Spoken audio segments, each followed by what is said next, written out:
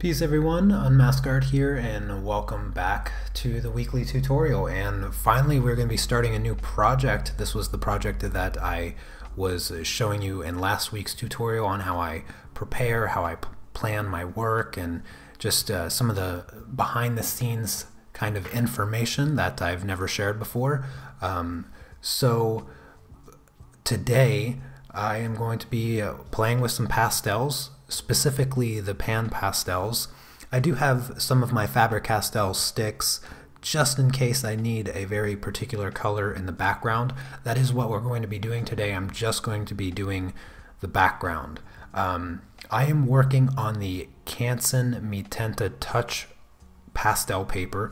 It's a nice smooth sanded gesso paper. It feels a lot like the pastel matte paper, but maybe, I don't know, maybe a bit scratchier. So we'll see how this works. I think I've used this paper one other time, but I can't remember how much I liked it.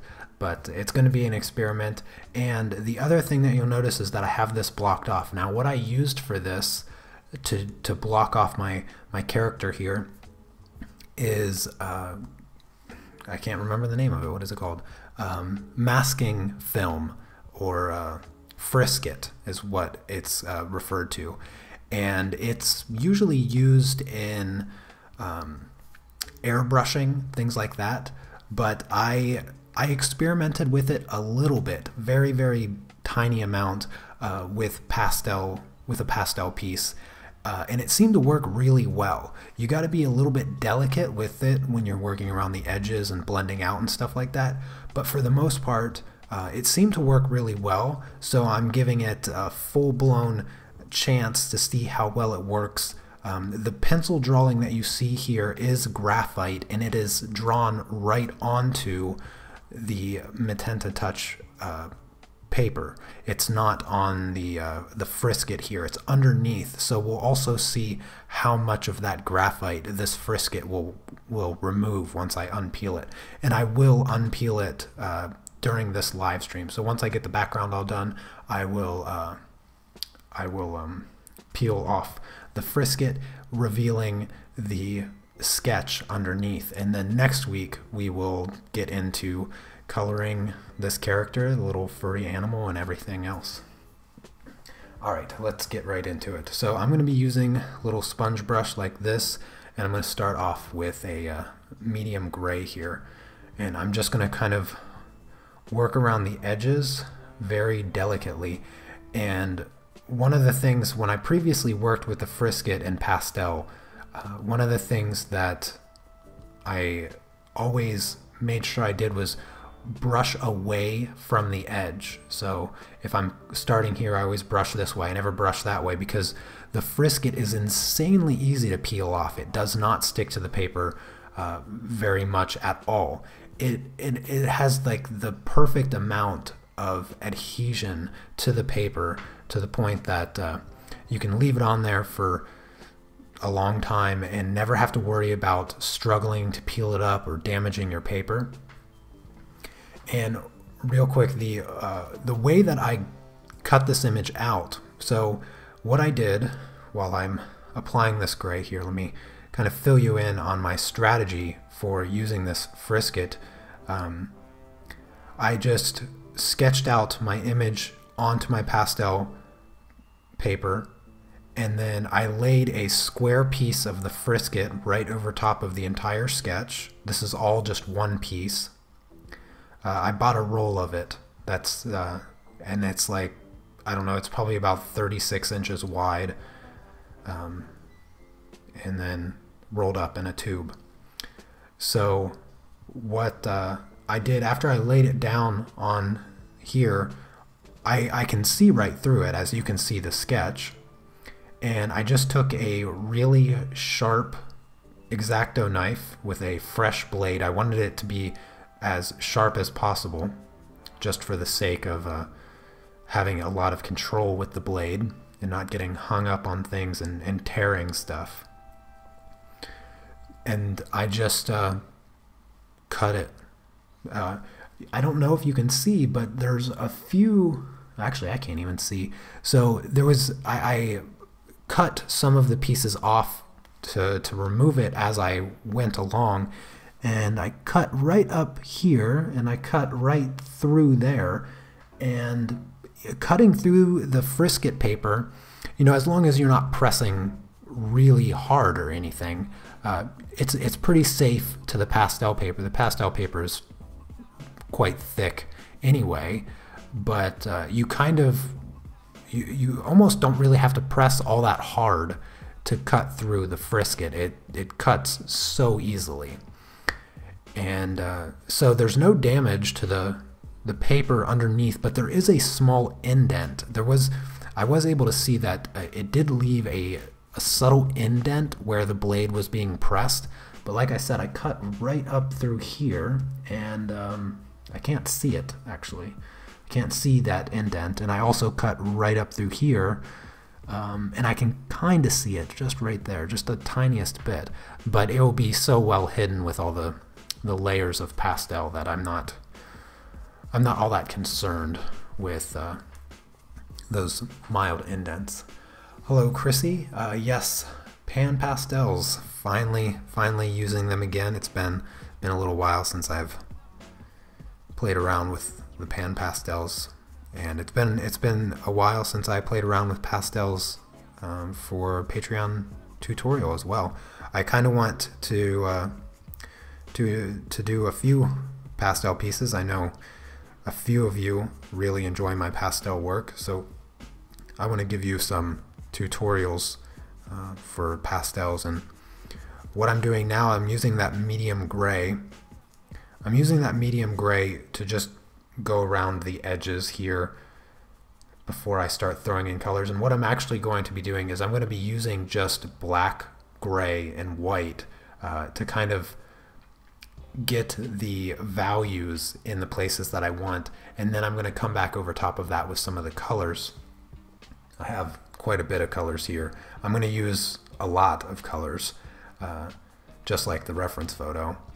And the reason that I've decided to go this direction by using just the grays and whites and blacks for the base layer is because once I apply color over top of this, it will automatically desaturate the colors, which is exactly what I want, considering all this stuff will be in the background. So I want the background to not have as much saturation as my character here once I get to her.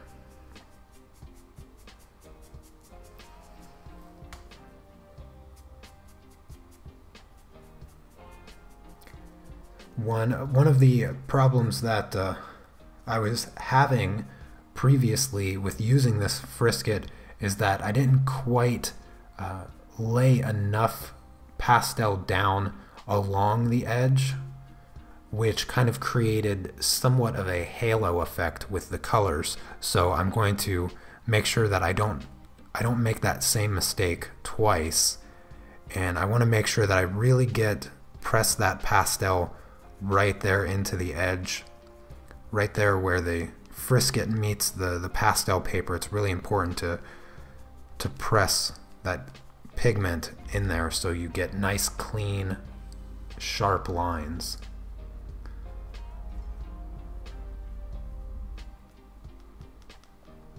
And sometimes it just takes, you know, tapping the color a little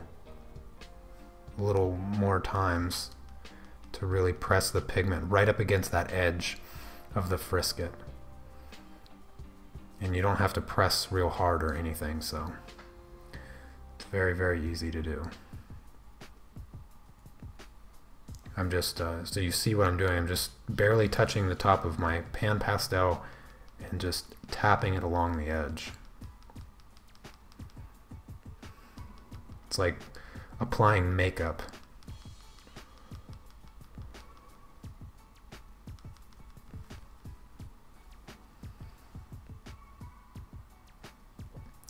Yeah, I'm curious as well to see how well the graphite lines stay attached to the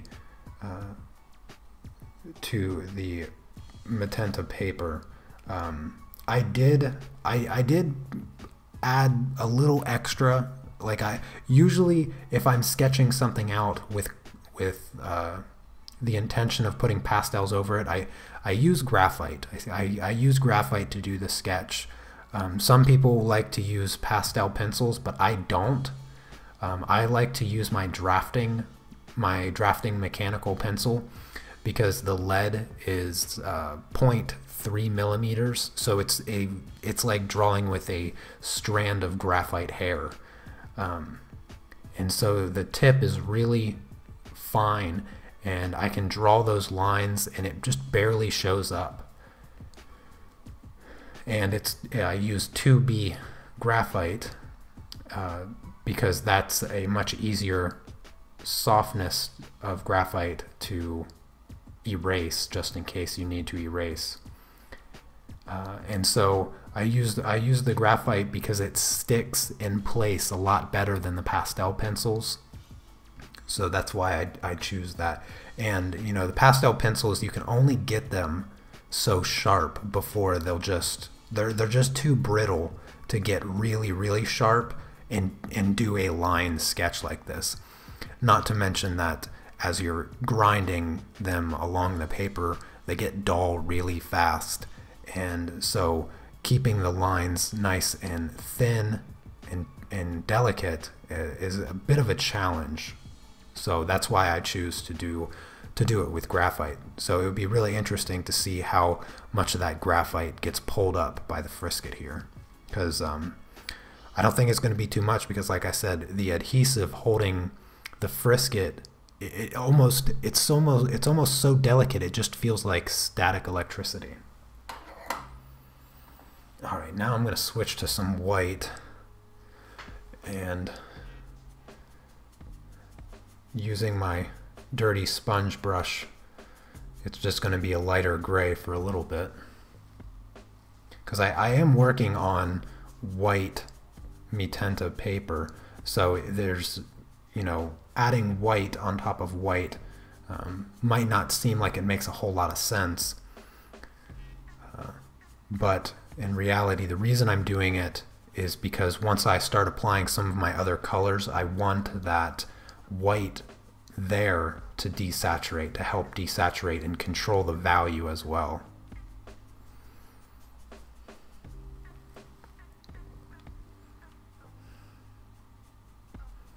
It's going to take a few layers of the pastel on this paper to get the kind of coverage that I really want.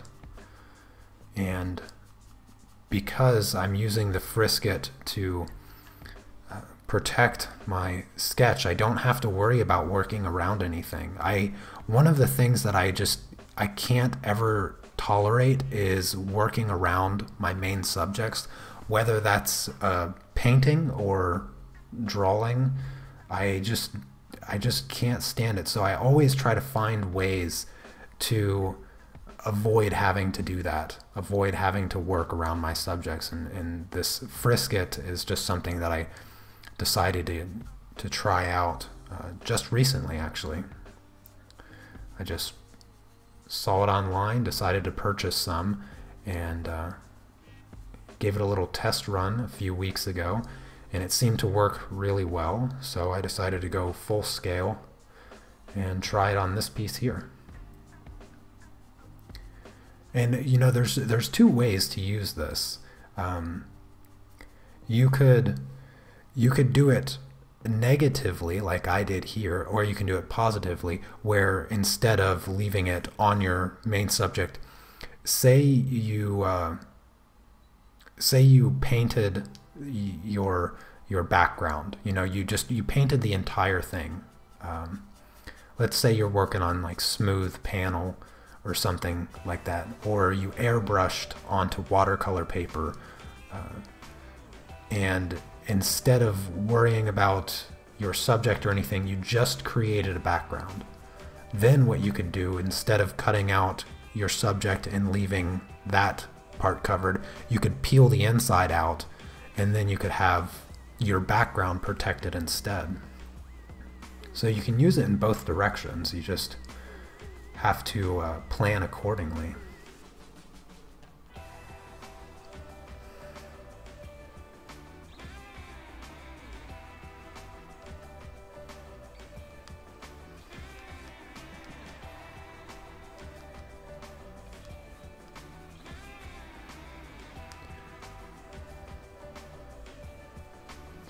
Yeah, this process is much faster than colored pencils, but still slow and steady.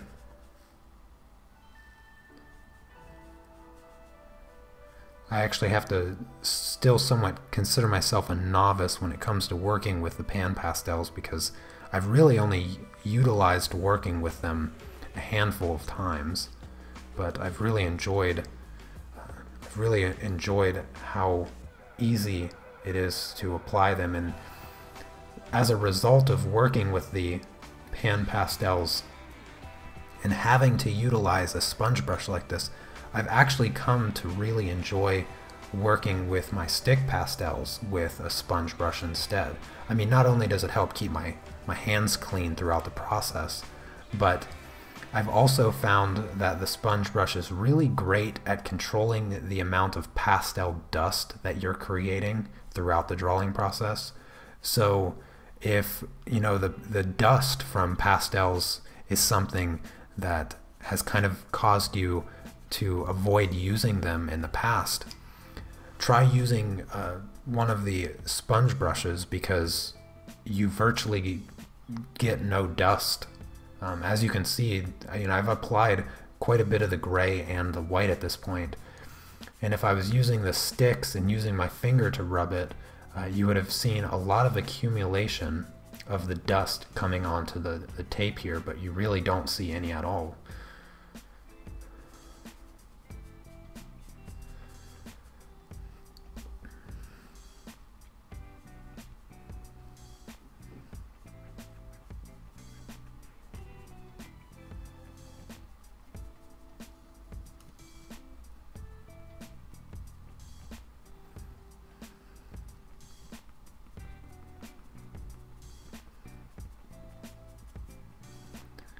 I'm going to try to use just the grays and the white here to start establishing that bright white light in the reference photo that's kind of right in this area. So I'm just going to keep layering the white until the gray slowly lightens up more and more.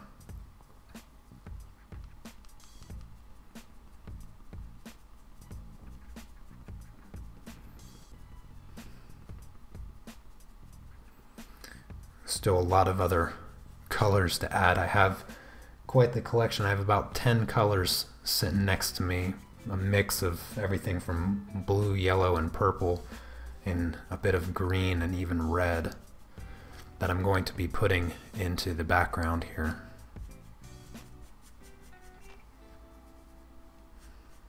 I'm going to switch to black here in a second and start blocking in a bit of the darker corners and vignetting in the image.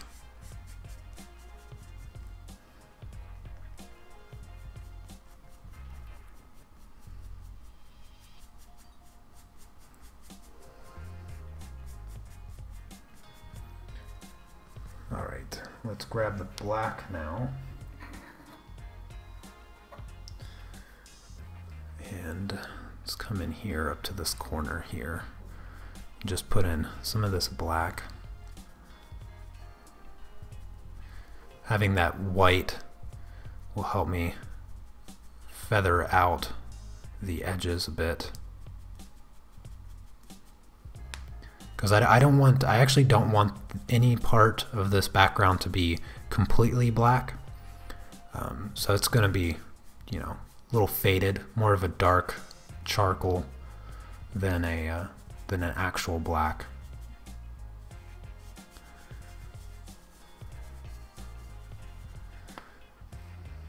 And then once we apply some color to it, it'll help set the stage for this entire piece. And you might have examined the reference photo at this point. If you haven't, One part of this piece that I'm going to be adding is I'm going to be adding some artifacts to the background. So I'll show you a quick little technique that I'm going to use for that. And it's nothing really new. I've already shown it on my channel actually just recently, scraping some pastel. I think that's going to be the best bet to kind of create that look that there's dust floating around in the air. That's kind of what I wanted to create, just to add, you know, tiny bit of texture in the background.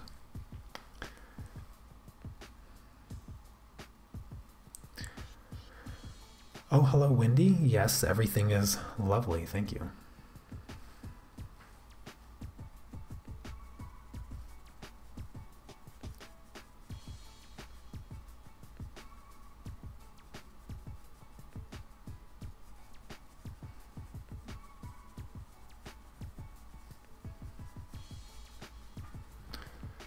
Yeah, it's always a good day when you're using pastels. I've been really busy the last couple days. I've been getting emails for commissions all week, and so I have a few commissions piling up on my to-do list for the month of December. So I'm gonna be extra busy for this month for sure. Couple interesting ones, couple interesting commissions for sure as well. A bit different than some of my previous commissions. I'll talk more about those probably on Monday during the drawing journal.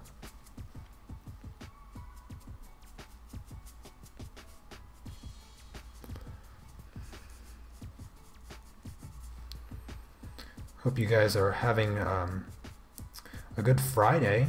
It is Friday, so that's always good. Hope you guys have a good weekend. I'm gonna try not to work too much this weekend, but I know I always say that and it never ends up being that way. I always end up working. I'm gonna try to take some time on Sunday, maybe. Take a little bit of a break. Are you going to record any? Yes, I'm going to be recording one of the commissions that I'm going to be working on next week. I'll be recording that. Part of the commission actually is that I make a video, so the other one I'll be recording, but it won't be on my channel.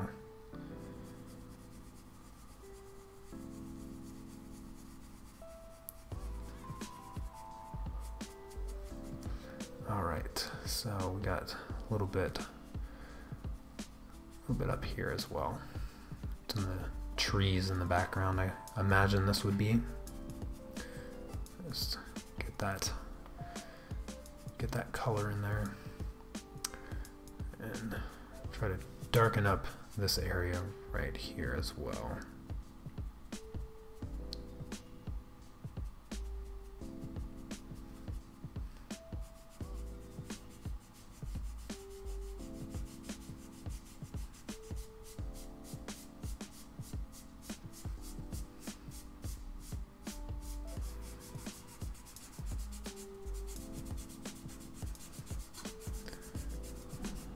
Keep smoothing out that pastel so it's nice and even. The smoother I can get it, the better it will make the background look as far as being soft and blurry. Because that's exactly what I want with this background. Nice, soft, blurry, and colorful at the same time. Soft, blurry, and colorful. That's what I'm going for here.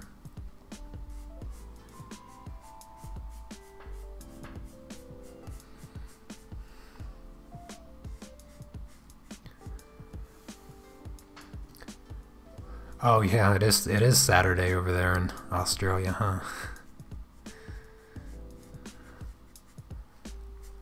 Yeah, I forget you gotta stay up kind of late to catch these streams.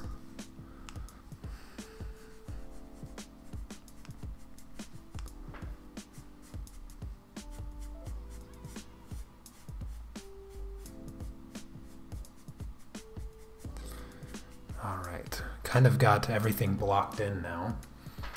I think it's time to start adding some color. Maybe I'll block in a little bit of this area right here first. Yeah. There. Yeah, let's add some color now.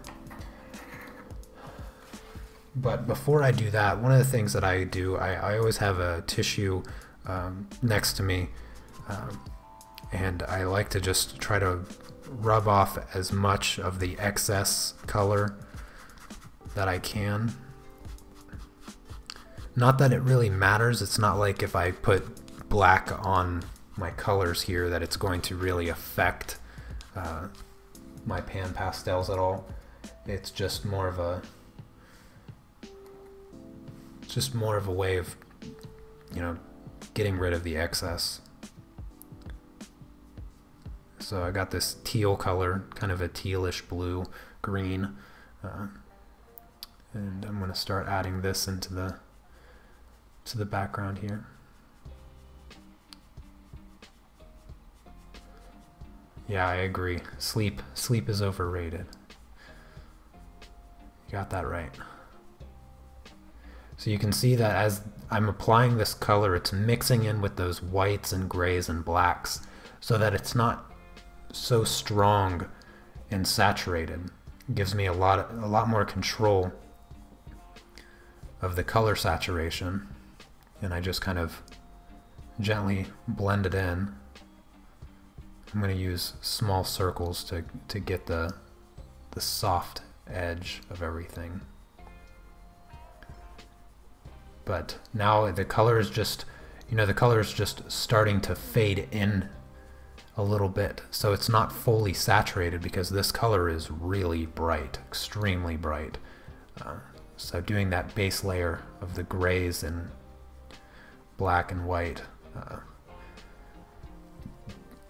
it helps soften that saturation a bit while I'm applying it.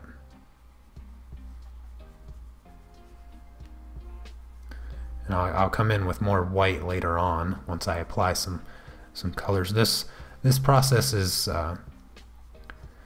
it's slow. You got to take your time to really get the colors to be soft and blended the way that you want, and to be, exactly where you want them.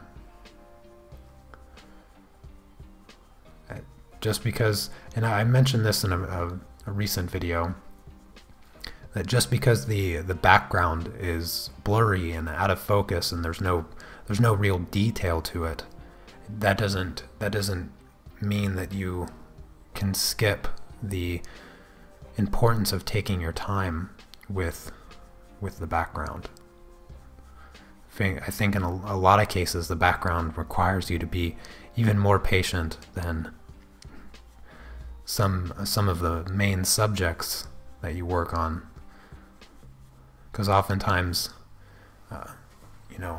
the picture that we're trying to create, we create it around our main subject, so we enjoy working on that part more, and we want to start, working on the main subject so much that we rush to it.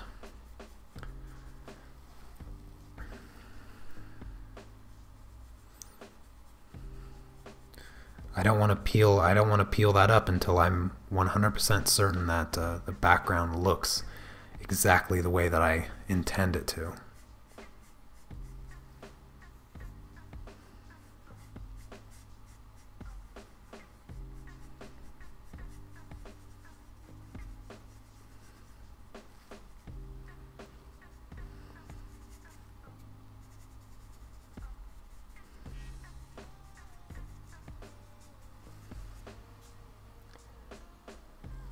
So you don't need to wash the blending stick.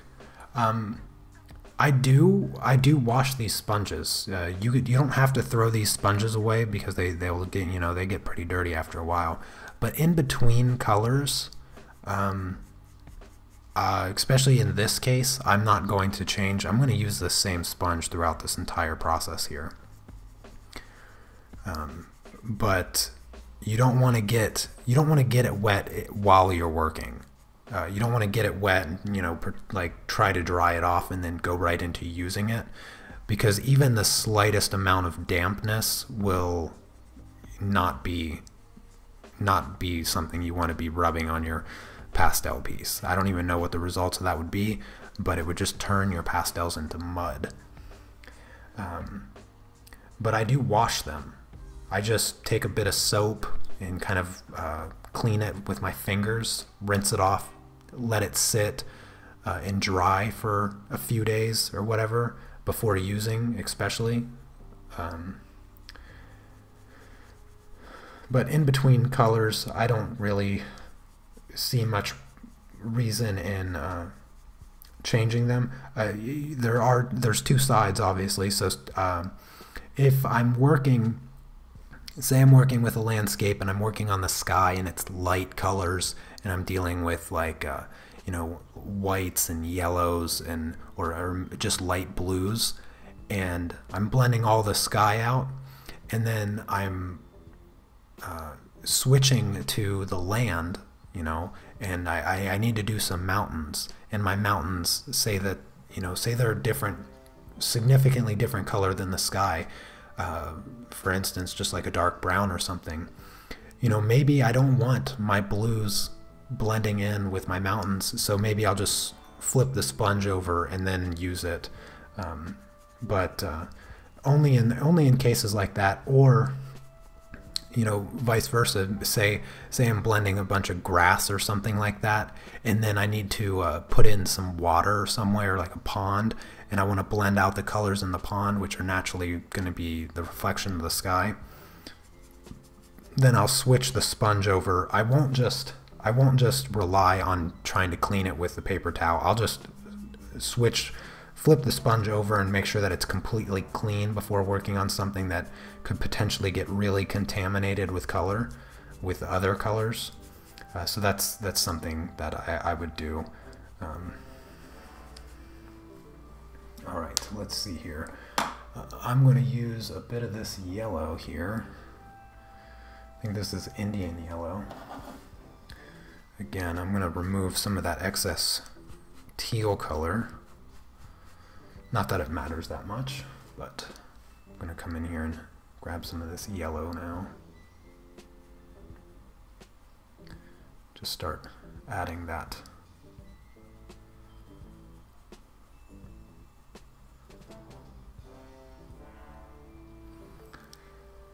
Let's see.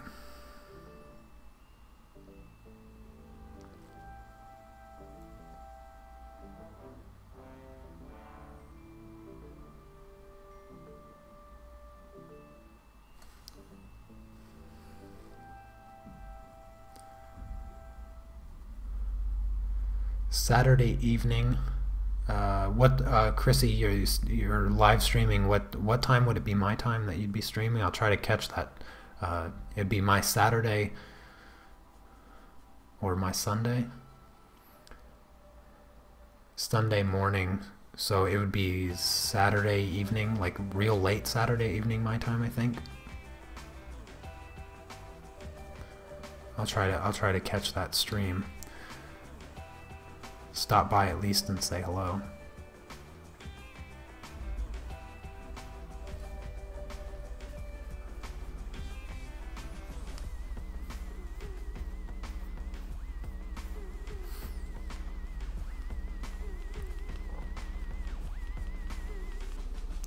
At this point, I'm still really early with the amount of layers, so some of the texture is still showing through quite a bit. It's going to take a bit more layering to really get the kind of coverage that I want with this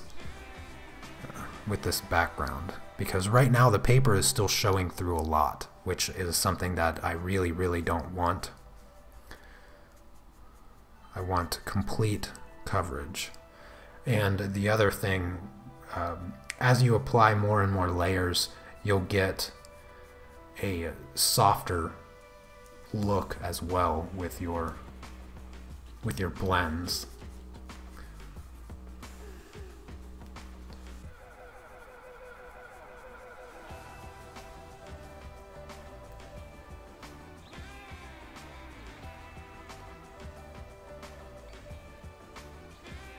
Yes, figured you'd have to use a different sponge switching from dark area to light area of blending.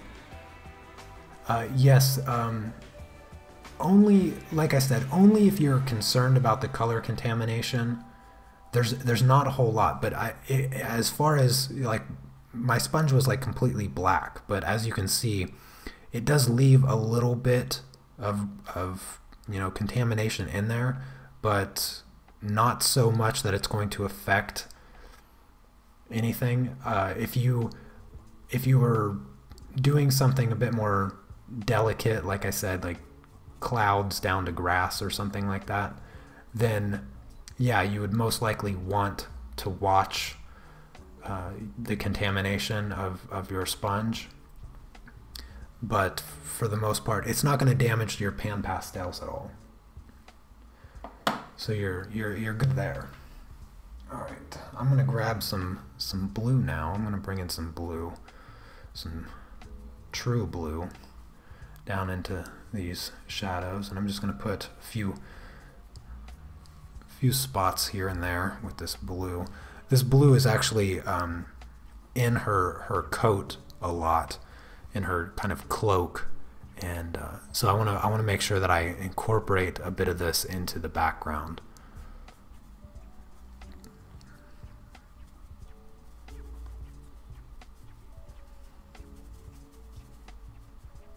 Now you can see that it's mixing with all those other colors, and it turns into the exact color that I want. So in this case, the contamination between the colors is actually very beneficial and helpful.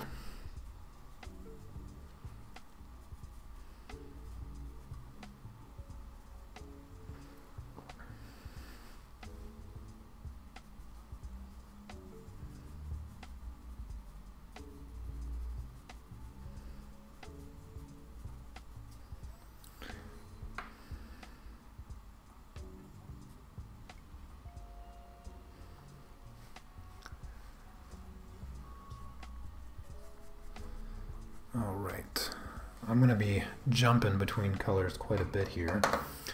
Let's see here. There's a tiny bit of red happening down in the ground here. This one's not as clean looking as my other. It got damaged in the shipping process, so it's kind of crumbly, but it doesn't change. It doesn't change anything. It still works perfectly fine.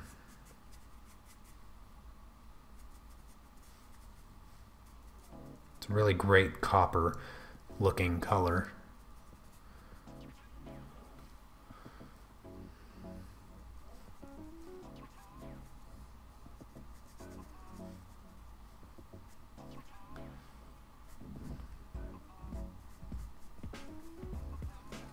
Alright, let's see what other colors we got going on here. We got a bit of purple. Let's add some more green here. I'm going to switch greens to this slightly brighter green. Come up here and yeah, see it's a bit muddy. It's a bit muddy, as you can see. It's not as bright as I want, so I'm just gonna wipe it off a little bit on my paper towel here.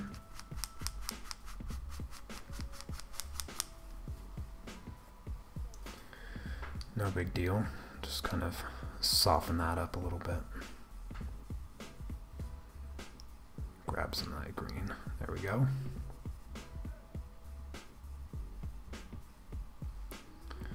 Just tap it into wherever I want it. A little bit up here.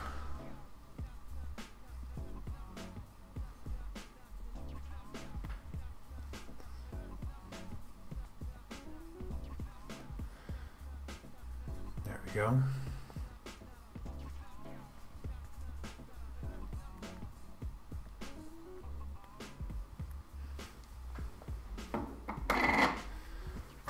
what other colors before. Let's see. I think I'm going to use a bit more blue. Try to get rid of some of that green there. Now that frisket actually works kind of nice to test how dirty my sponge is, and I just rub it on there. Alright, I'm going to grab this brighter blue here. I'm going to start bringing this into these white areas here a bit more. Just kind of smear in a little bit of this blue. That way when I come over it with white, I can grab some of that blue and just lighten it up.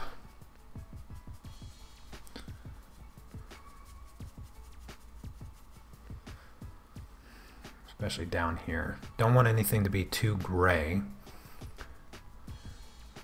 because then it just look, you know, too unnatural.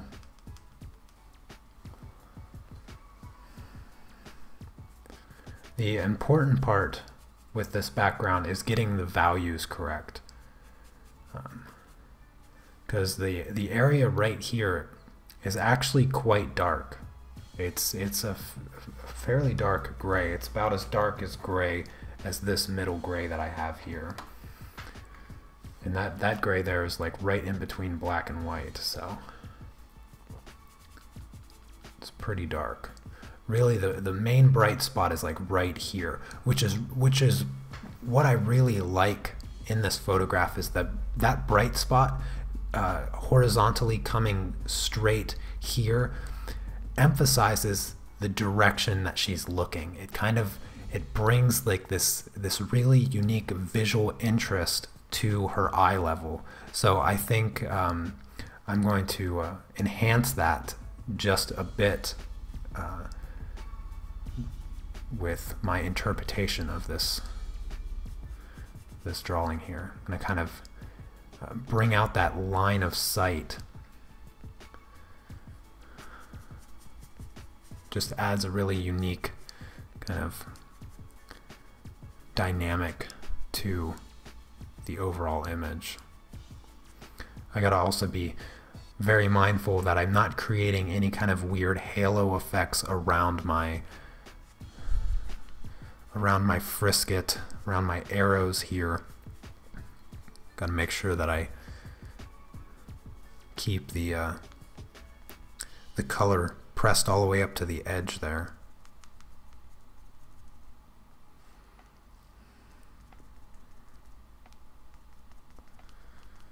There we go. We're getting some really good color saturation though. Feel like the color's not too bright. Alright, I think I'm gonna add a little bit of purple. Just a bit of the purple in the darker spots, and then I'll probably add maybe a touch more black in some of these areas. But I like the way the purple comes out in this picture a little bit. It's just a subtle amount.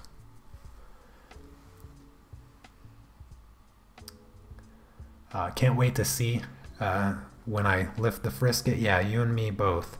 That's one of my favorite things to do, whether I'm using when I'm using acrylic paint, because I do a lot of taping.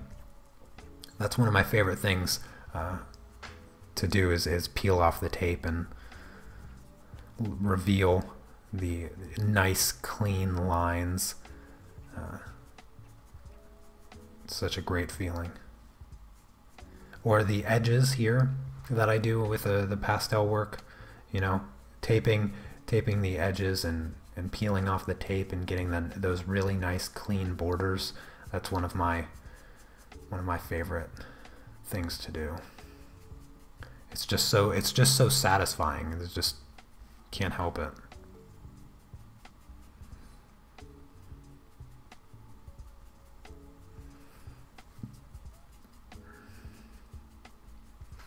Once I get all this color kind of laid down, I'm gonna blend everything out to be a bit smoother, because right now it's a little harsh there's a bit too much texture happening overall, and so I'll do a bit of blending before I switch to the white. But I think I might actually switch to the gray first and then the white. Alright, I'm going to use a bit of this bright yellow, so again I'm going to clean off my little palette sponge.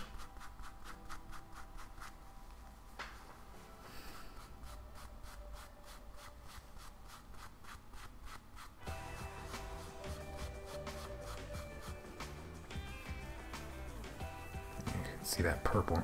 Purple's not exactly the color you want to be mixing with yellow, although in this case it actually could be somewhat beneficial. Since they're complements, purple and yellow are complements, they'll mix to turn brown. And actually, little painting secret, taking purple and yellow is the best way that I've found to paint gold. To paint objects that you want to look like shiny gold. I found that instead of using the oranges and browns to get that kind of gold color, I found the best way to get it is actually purple and yellow, which is kind of funny because I love the way purple looks with gold, so it's kind of just a fun little tip there for you.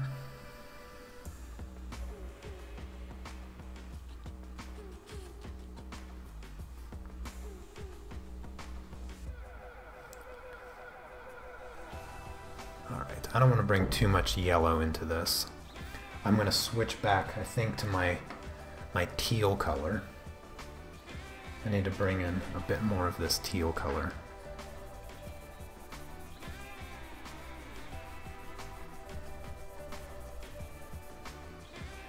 You can use the tape on the side as well as a way to kind of clean off your sponge. Use whatever you need to get your sponge clean.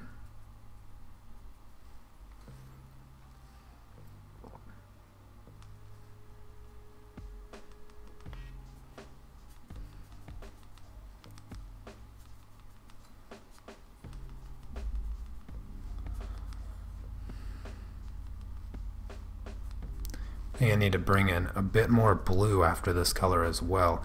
I feel like for a teal color, this one is just a bit too green for me. Too green for this pastel painting here. So I want to use a bit more of the blue.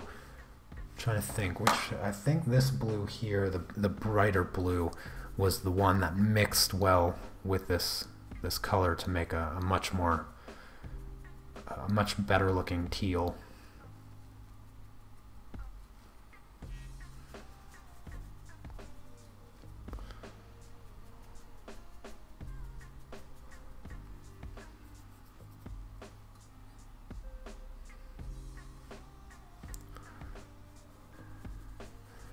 Yes, I utilized the fact that I can flip the sponge for getting it clean.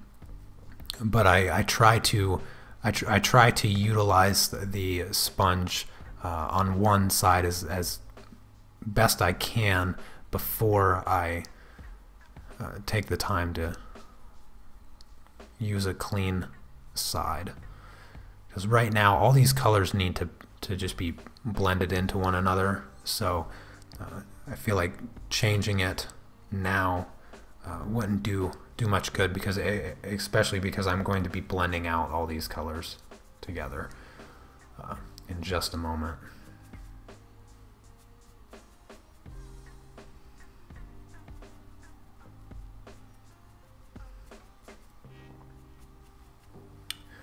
Alright, I'm going to add just a touch of black in a few spots, like here and up in here a little bit. That corner especially, down in this corner, and a few spots over here. There. And maybe right there. Alright, clean my sponge off a little bit.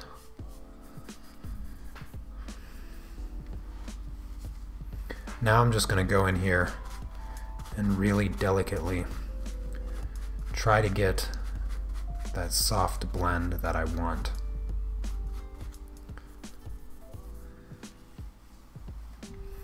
Let's see. I think I'm going to start in this area here. And I'm just barely letting the sponge touch the paper. And I'm just going to do small circles throughout the entire piece. I'm going to start with my lighter colors first, working around that frisket. Make sure I don't want, one thing I want to avoid doing, there's two things I want to avoid doing, well maybe three. The first thing is I don't want to peel up any of my frisket because I don't want to get any of this pastel underneath of it. But I'm brushing the paper so softly, so delicately that it's gliding right over the edge of that frisket, and I can't even feel it. I can't even feel the frisket right now. The other thing that I want to avoid is creating any gap between that edge and my colors, creating somewhat of a glowing effect, like a glowing halo effect around my main subject. Because I mean, if you're gonna get that glowing halo effect, you might as well just work around your main subject. And the other thing that I want to avoid doing, the third and final thing, I don't want to blend around the shape like that, because that will also create just a wider halo effect. When I peel off the frisket, what I'm looking for is no indication whatsoever that I taped this part of the piece off. Obviously I want the clean lines, but I don't want any indication that I was working around tape, or in this case, masking film. I think I got the values just about right. I'd say pretty close.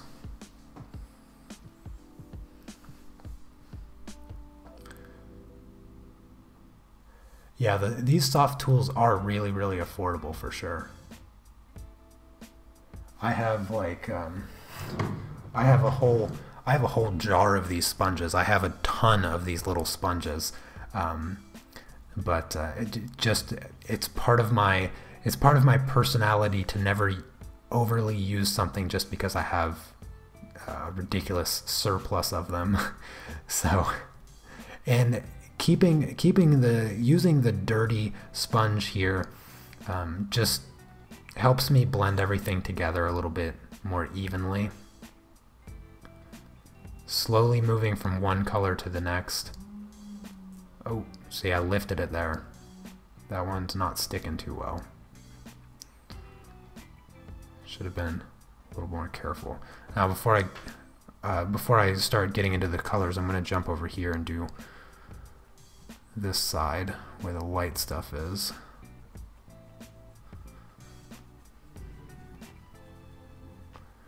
Continue the teeny tiny small circles until everything is just soft. No lines or anything like that. That's what I want to avoid completely. The softer I get it, the better it's going to look. Oh, thank you, Diana. I'm glad you always take the time for my live streams. I appreciate that. I still kind of miss the daily Inktober live streams a little. I don't miss the amount of work they were, but I do. I miss hanging out with everybody. I feel like I never get to. I feel like I never get to see anybody anymore. That's what it feels like.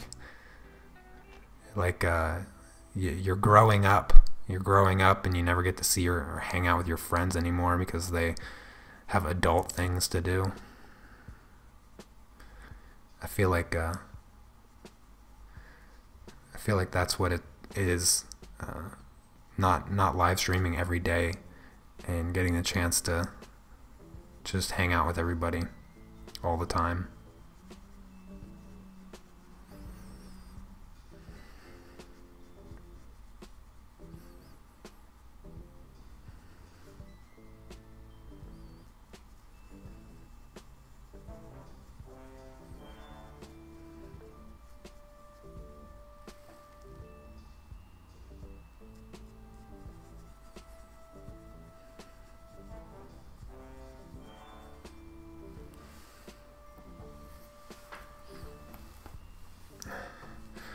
Alright, now I'm going to work in some of the darker colors.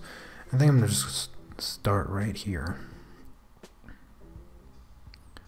Gently blend all these colors, feather all of them into the background.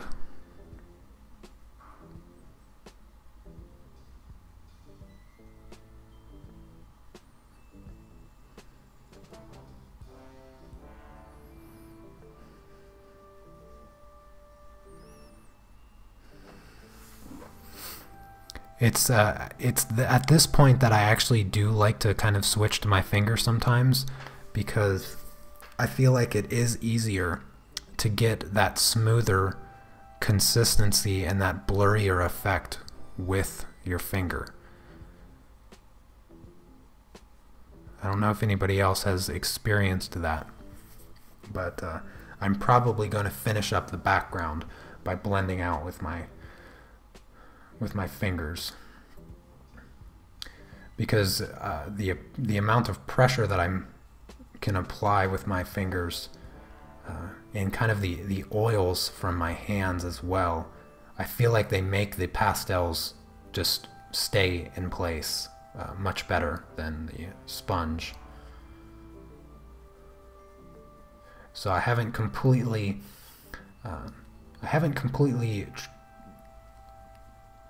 transferred all of it to the sponge. I still do like to use my finger to do a bit of the blending.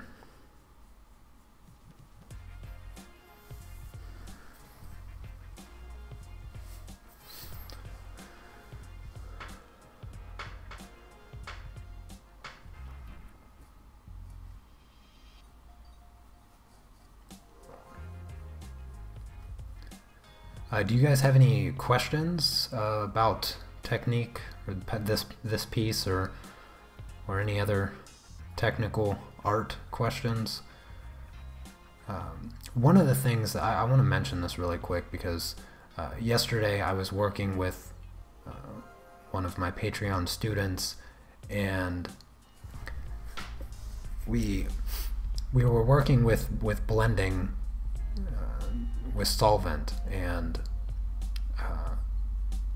we identified one of the problems that she was having with her work overall, and it simply came from the fact that she was using way too much solvent to blend her colored pencils. So I just want to quickly insert that information, that if you're blending with solvent your colored pencil work, be mindful of the amount of solvent you're using, because it really doesn't take all that much. So just wanted to pass that information along. I intend to make a tutorial for the sake of, you know, the real beginners of using that technique, because I think it's something that's missing. I think that a lot of people come across the technique, but they don't really know how to use it as effective as it can be used, simply because there's not any tutorials that spell it out, that, show you examples of maybe what brush to use, because she was also using a flat brush, which I don't think is going to be the ideal brush. I think a round brush is going to be the most ideal when blending with solvents, just because of the shape and control it gives you.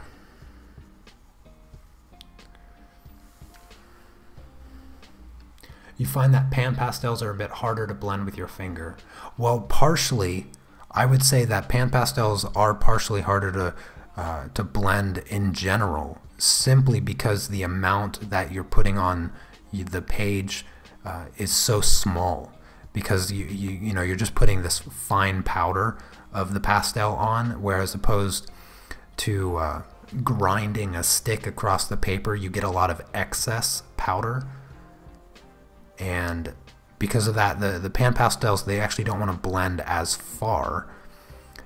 So I think in general, especially these early layers, they tend to not be as blendable, whether you use a sponge or a finger.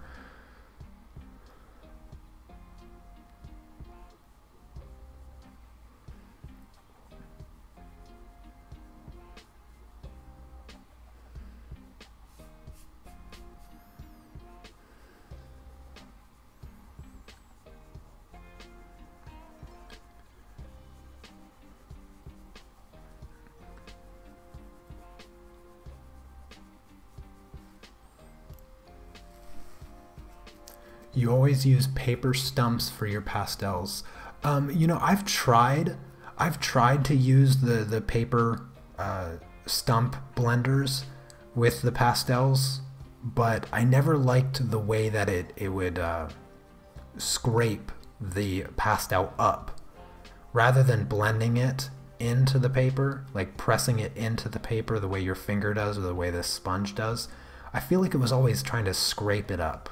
And so it was very short-lived that I tried the paper stump blenders for the pastels.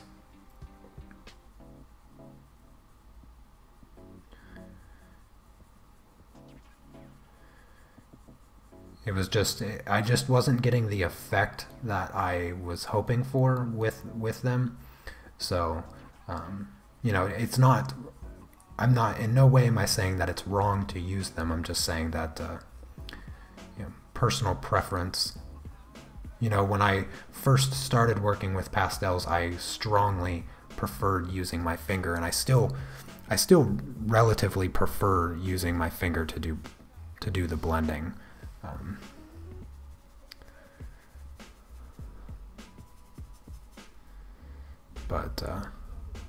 Yeah. Use whatever method you feel most comfortable with.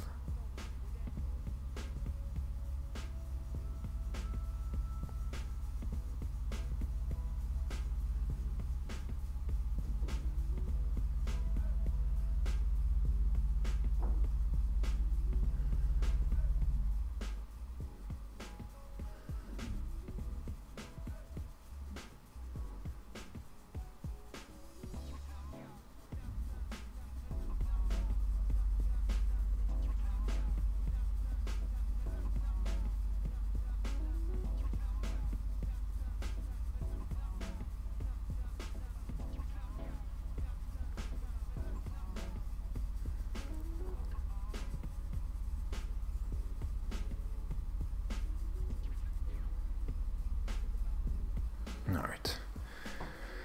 Now I'm going to switch back to my gray, I think. And I'm going to officially switch my sponge over. That way I'm not contaminating the gray too much. And I'll just come in here and dab a little bit of this gray in there. Some of these brighter areas that I need to darken a bit, and then I will come back with my white. I don't want to do this too much with the gray, because I don't want to pull out all the color. I just want to pull out some of it in a few areas. and also darken up some of these spots that are a bit too bright, in my opinion. Add a little bit of it down here.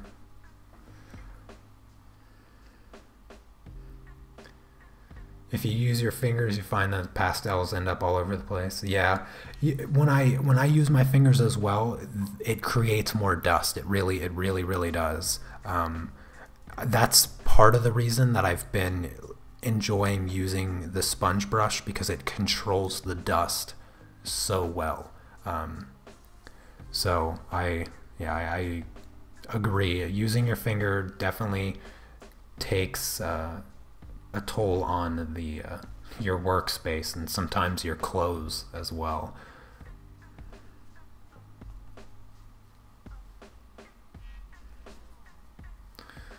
All right, that's just about good.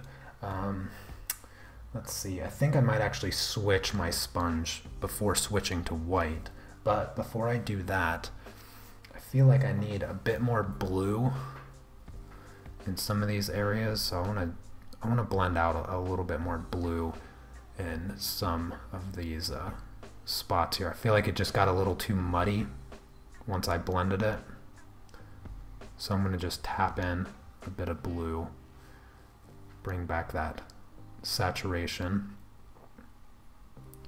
This is that time-consuming balance of color that you can't skip over. You just have to keep adding it over and over again until you're totally satisfied with the way that it's looking.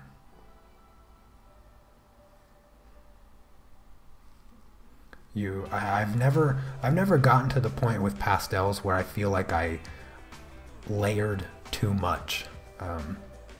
One thing that I've always really enjoyed about pastels is just how friendly they are.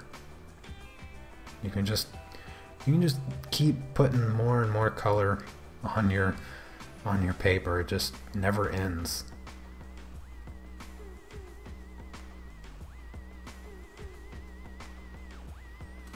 You know what I'd kind of like to see is a sponge like this, but as a literal ball, like a stress ball. If you guys know of something like that, I would love that, because tapping that, getting those round circles, I feel like would make this background just work so much better. Wonder if there's a spherical sponge. That's what I really want to see, a spherical sponge. I never looked for one. I just thought of it. I just thought of it in like this second. I've never wanted one until right now. Because I'm getting a really nice soft effect by tapping the sponge rather than moving it around. Rather than moving it around with circles, I'm getting a really soft texture by tapping it instead. And I think I'm going to be tapping to blend, to do these kind of more delicate blends. I'm going to just keep tapping it. I have a few sponges, but I don't think any of them have the shape that I want. And I want a spherical shape. Let me check. Let me see. No, I don't have anything that I would like to use. See, these are all my sponges, my collection of sponges. Whole bunch of them.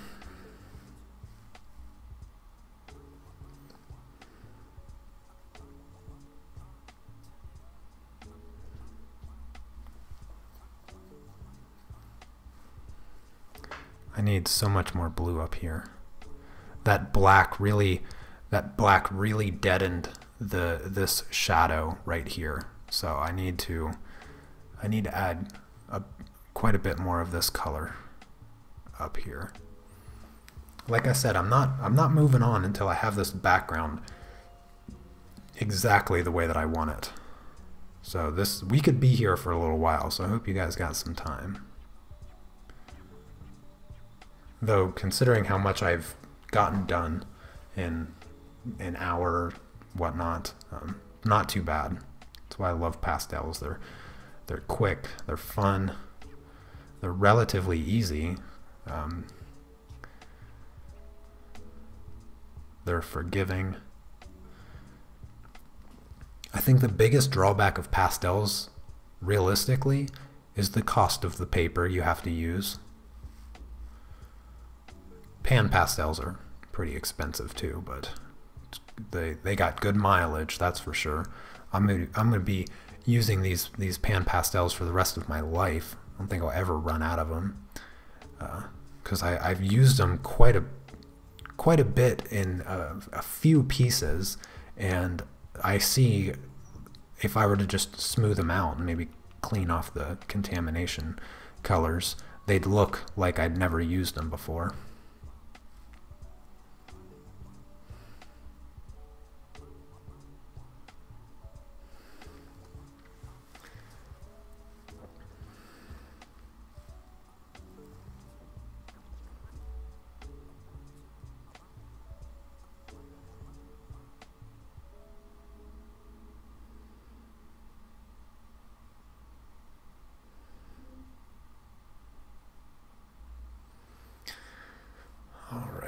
Maybe a little bit more blue right here. I thought I was going to get to the white, but maybe I should do the white. So let me grab a clean sponge.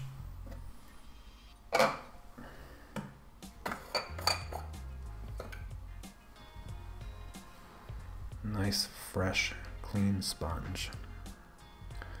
Now I'm going to start tapping in all of my white, because I have a lot of feathering I need to do with these colors here. Obviously that harshness is just not going to work.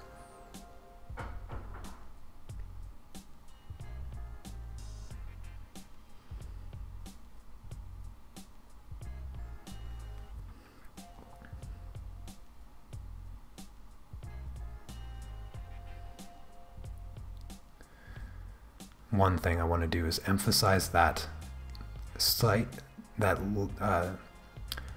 like vision line of light.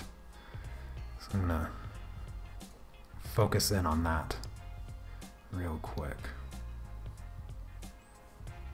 I'm not actually going to keep it a line, I just want this to be kind of the brightest spot.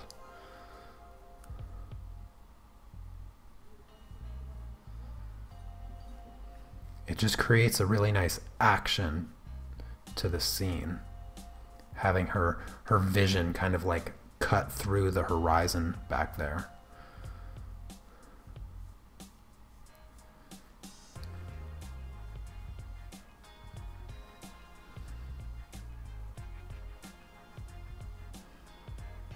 There. It's about as bright as it's going to get for now.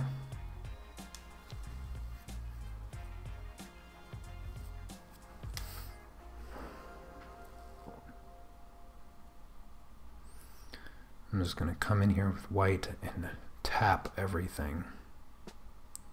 Slowly build up the layer, keeping it nice and soft. Trying to avoid getting any of those darker grays or any of those darker values in my light here.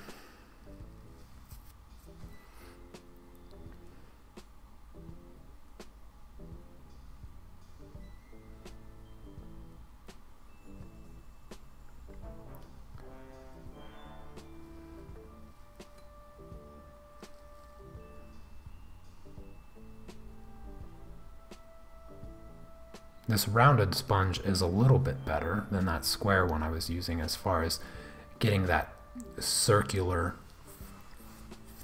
that more circular blend.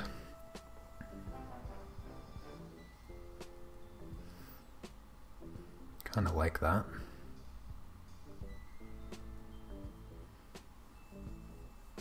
It's like I'm cleaning, it's almost like I'm cleaning my frisket here, but I'm really just turning it white. That's funny. That looks funny.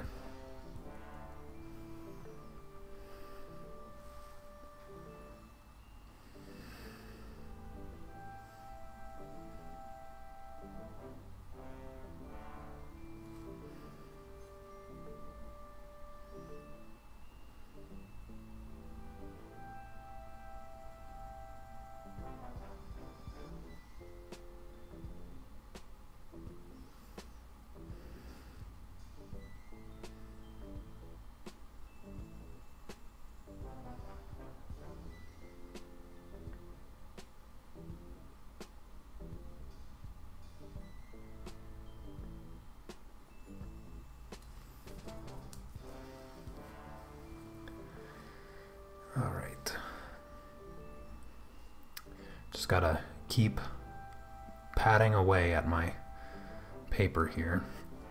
Oh no, I got some of that green in there. Really need to cover up my sponge here with extra white. Started bringing in too much of the green in this lighter spot. I want this to be the brightest here, so.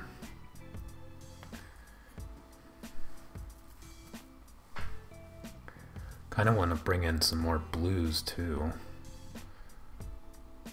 Maybe I should have added a bit more blue to this layer before bringing in the white. But I think it's okay. I got some greens in there. That's good enough. Doesn't have to perfectly match the reference photo, as long as it looks good to me.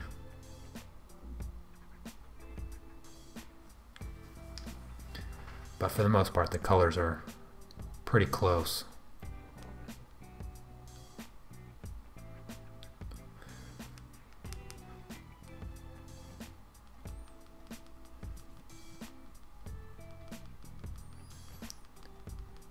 Once I get these whiter areas kind of blocked in a little bit, I'll take my sponge and start softening all these edges and bringing some of that white right into all the colors. And that's where this background should really start to balance out and start to look smoother as well. Because right now the value difference between here and here is really stark, and it's not supposed to be like that. It's supposed to be much more faded into each other.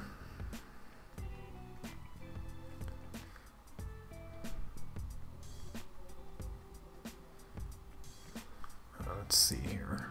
Maybe add a little bit of white right there to tap out. And a bit up here as well. And all the way over here. There.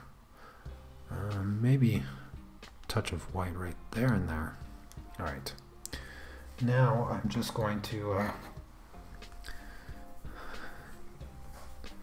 I'm just working these edges here. Just kind of tap the white across these colors slowly. And I'll probably incorporate the use of my finger to finish it up.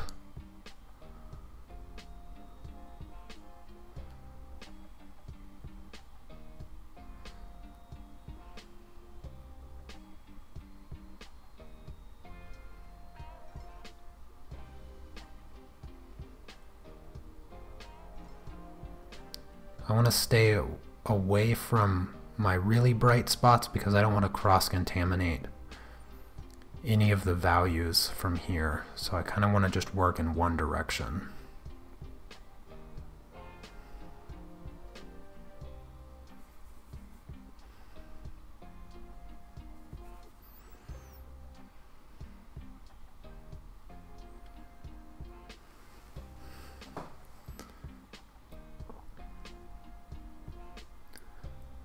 But we are coming to the end, really, to be honest with you. These, once I finish blending it out, probably add maybe a touch of color in a few areas, but for the most part, I'm really satisfied with the way that this background is shaping up.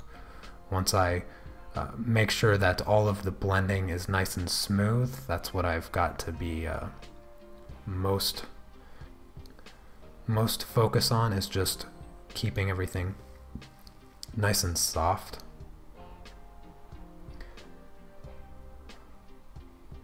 And making sure that as I'm moving from this bright area to the darker area, the transition is smooth as well. I don't want anything that appears to be somewhat of a line. Nothing like that.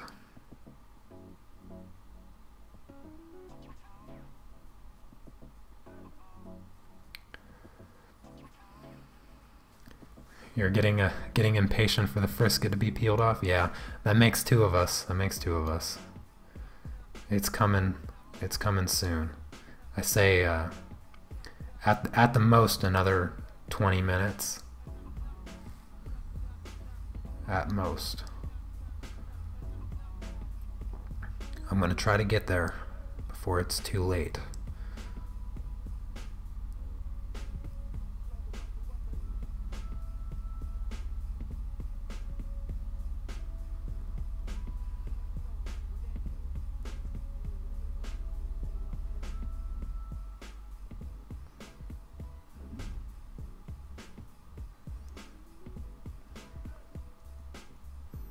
But if I rush too much, then I'm not going to get the blend that I really want with this background. So I got to keep taking my time. Just be a little bit patient with me,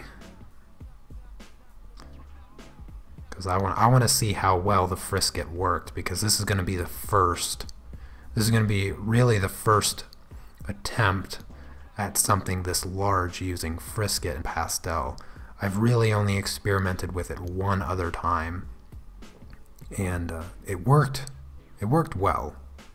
It did. It worked well, but it was a much smaller scale, so there's a lot more room for error here than the previous time that I used it.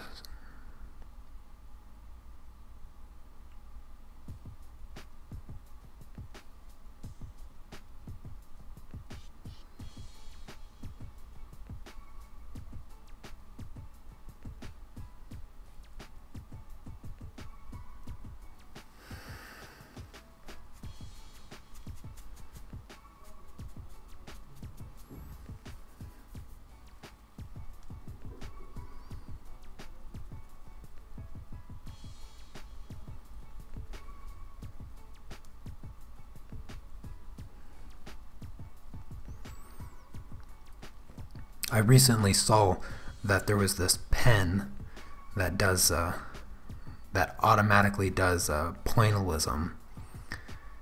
It pokes the paper really fast, kind of like a tattoo needle, so you don't have to dot for pointillism.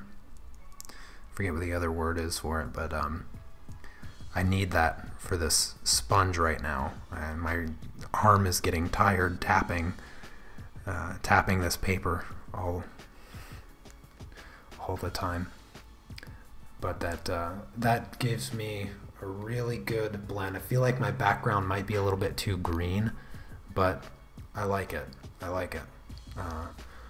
Let's see. I think I'm gonna work this a little bit more. Let me just soften this up. Now, earlier I said that I wasn't able to see that line that I accidentally made while cutting the Frisket, but I can actually see it if I look at a certain angle. I can see the light catching the edge where I indented the paper a little bit, but it doesn't seem to be showing up so much that it wasn't worth it. So at least I have that going for me. And I may have been a little bit annoyed by the Frisket, because it got hung up on a few corners in some places, and I couldn't get it. No matter how hard I was pressing and trying to cut, it just didn't seem to want to cut. You know, not everything worked perfectly in the beginning. There was a little struggle with the Frisket there, but I may have pressed just a tad bit too hard there, and I'll have to be a bit more careful next time, a bit more patient as well. I was getting frustrated by it.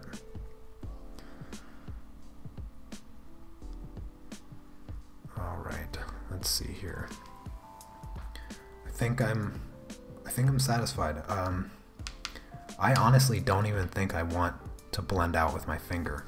I like the softness of it. Maybe add more blue though. I'm I'm kind of wanting to add more blue. Let me see here. I can always do some corrections. I'm trying to think. I think I'm going to go with this this blue here. Let's see here. Let's just get a bunch of blue here.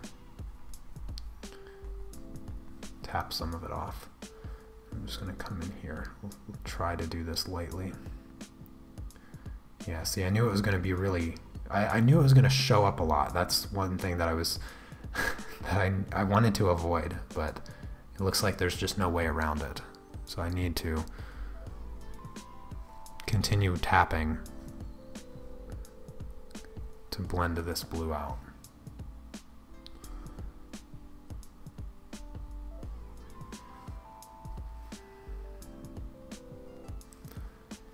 Just want to get it in a few areas here. I want to add some purple down here as well,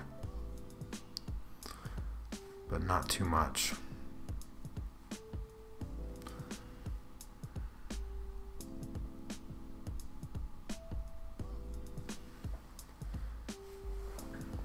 So let me add a little bit of purple, just a tiny amount here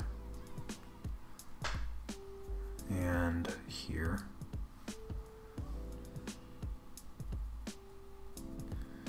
And let's see, any more yellow? I'm thinking maybe a bit of yellow.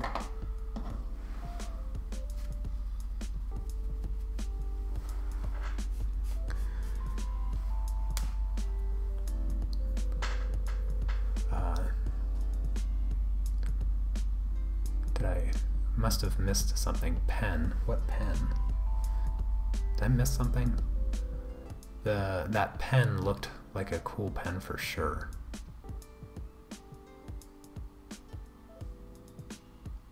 I must be forgetting something. What pen?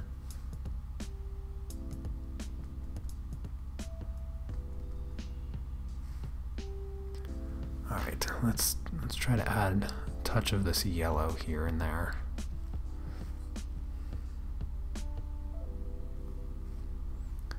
Right over her head, right in that area there.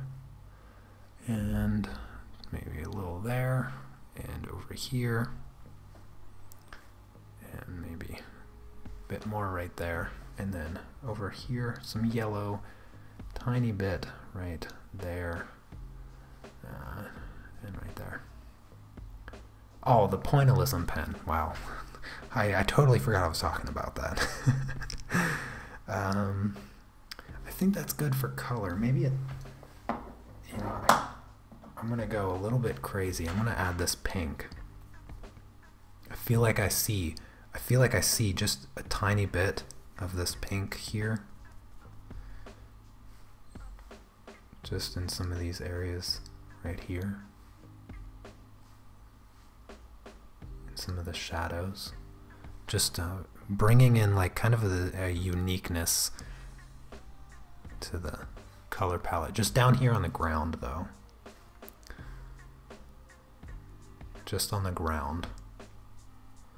There, not too much. Maybe it's like little flowers or something. I don't know. I just feel like I'm seeing just the smallest amount of that pinkish color.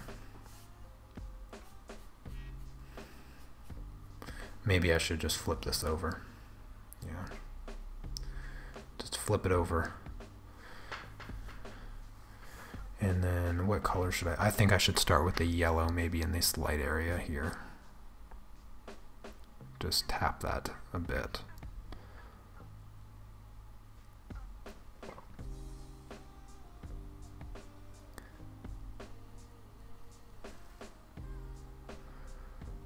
Avoid any of the dark spots for now. Yeah, maybe right here. Tap that yellow a bit more. Alright, and then let's do, let's go ahead and do the blue. Tap the blue a little. Soften those edges a tiny bit.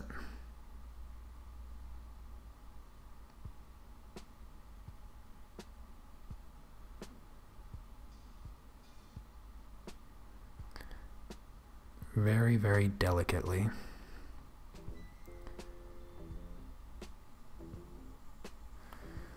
And over here as well. Oh, we're getting so close to peeling off the frisket. Just gotta blend these colors, and then I'm gonna add a little bit of artifacts.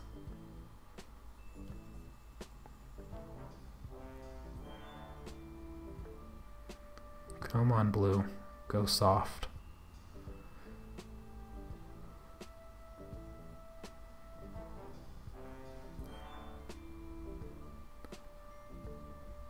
There we go, and let's, yeah, I guess it doesn't really matter. Let's just go back to the yellow here in the darker area. And over here. Alright, let's go to the pink now. Soften out that pink color so it's not so bright and showing up so much.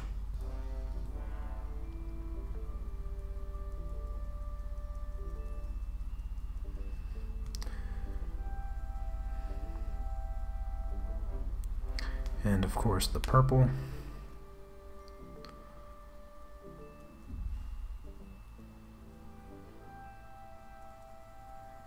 There we go.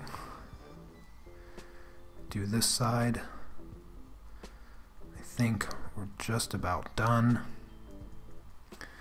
Yes, I like that background. I like it a lot. So what I need to do now, let's see here. I know I have my knife somewhere around here.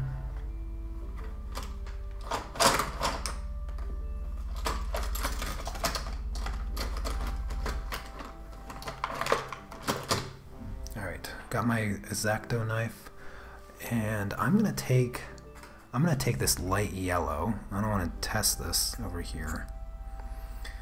And from really high up, I'm just gonna scrape the edge. Like I have to. It's such a small amount. It is literal dust. So I'm trying to create the effect of dust, and it actually takes like a full second for it to reach the paper from this height. I can see it falling just like dust. And I'm just scraping the smallest amount imaginable. I can see it falling, and it falls like heavy dust. And you're probably not gonna be able to see this on camera, but it's actually kind of funny because I'm doing it like here. Like I'll scrape it, and then I'll tell you when it hits the paper. Now. So it takes a really long time for it to reach the paper, and it's kind of funny. I wasn't sure how this technique was going to either look or work, so I'm just making it up. But you saw me use this in a recent video over on YouTube. But this is a bit different because I'm just creating a very, very subtle amount of dust. Now I'm going to use some white instead.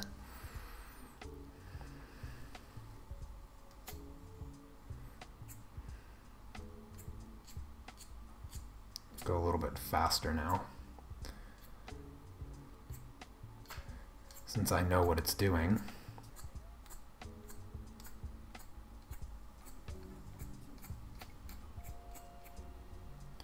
Is that ultramarine blue?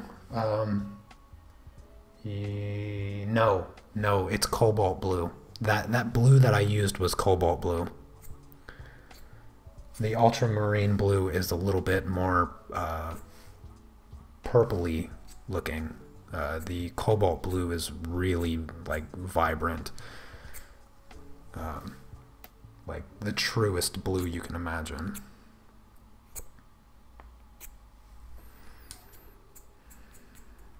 Okay, I don't want to overdo this, but let's do a little bit extra right in this area. It's white.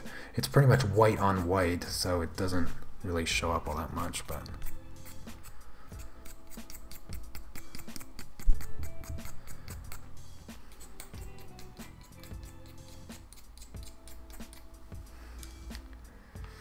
all right, I think that's good.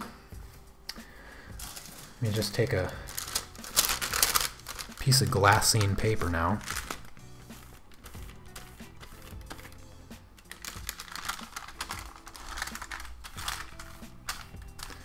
Idea for you, I've had many conversations about pastels as of late, and the consensus is that there are not a lot of simple pastel tutorials on YouTube on simple still life like fruit, etc. Okay, I will keep that in mind and start making some, because you know, that's a good subject for any medium really to start practicing the fundamentals.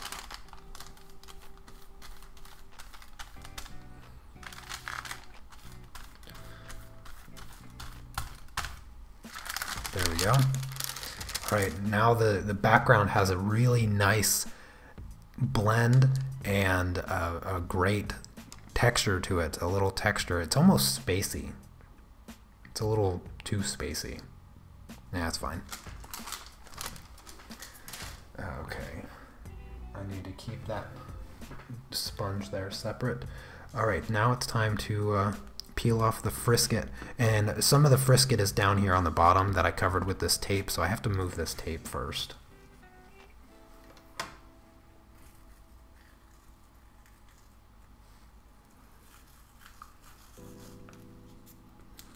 I'm going to keep the tape on the other sides.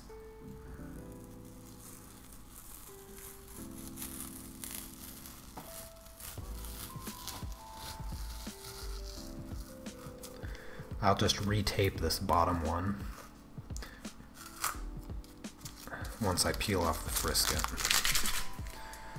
Let's get rid of that. Alright, where's my knife? Let's just make sure this knife is clean. I don't want any dirtiness down here. There we go. Oh, look at that.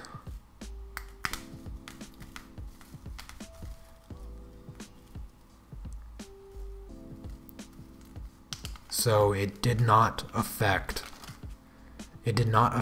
my graphite at all. Honestly, I don't even see any graphite lines on my frisket. So it preserved my sketch so well that I think I could have went even lighter on my sketch. So I will keep that in mind next time, because yeah, that came out really nice. Very clean edge all the way around. Maybe a little bit in these corners right here that I may have missed a bit with the frisket. This one here of the top of the arrow lifted, so I can see just a tiny bit of gray, but nothing too much.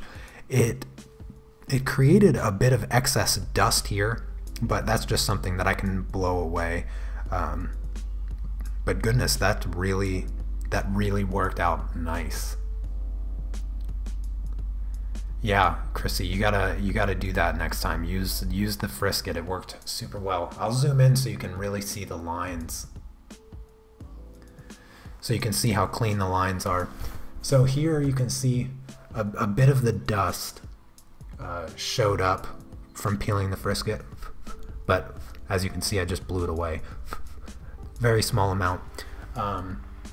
Right here, I had a bit of trouble cutting the frisket, so it's a little messy right there. This tip down here was very thin, so anything thinner than what looks like about 1 millimeter is going to be pointless to cut out. But goodness, yeah, it's really great looking. It's really great looking. So that's going to be it for today. Next Friday, we're going to get right into the coloring process. I'm going to start with the eyes and the face. So my guess next Friday is that I'm going to do the face and neck.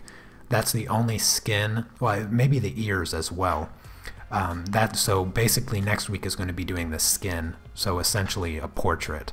And I'll probably tape a piece of glassine paper across that so that it's not moving around or anything like that. But anyways, thank you guys so much for coming to the live stream, hanging out. Hopefully you got inspired and you learned something through this process.